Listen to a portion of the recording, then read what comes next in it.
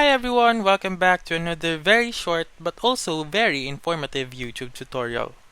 In this video, I am going to teach you how to fix Instagram login error on iPhone.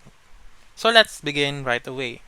So there are 3 steps I can give or suggest to you with regards to this issue. First is to delete and re-download the Instagram app. Second is to restart your iPhone. And third is to make sure that you have a working internet connection.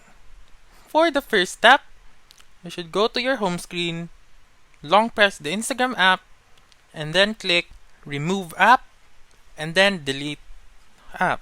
Afterwards, go to App Store, search for Instagram, and then re-download the app. For the second step, you just simply hold the volume up and then the power button and then slide to turn off.